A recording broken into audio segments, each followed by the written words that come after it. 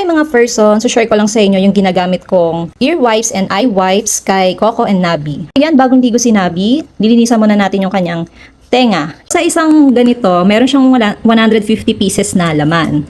Medyo mauubos na nga siya eh. Ayan o, konti na lang. Ayan, ang kanyang itsura. Gumagamit din pala ako nitong ear cleaner collagen from Porens. Ayan. Wait lang, Nabi. Wait lang. Sa ating pera. Very good. Very good. Very good. Happy. Sa kabila naman, diyan natin. Linisan natin sa kabila.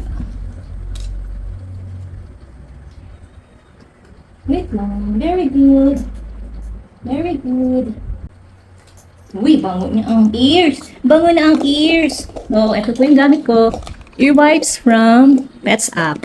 Ito naman yung ginagamit kong eye wipes from Pets App din.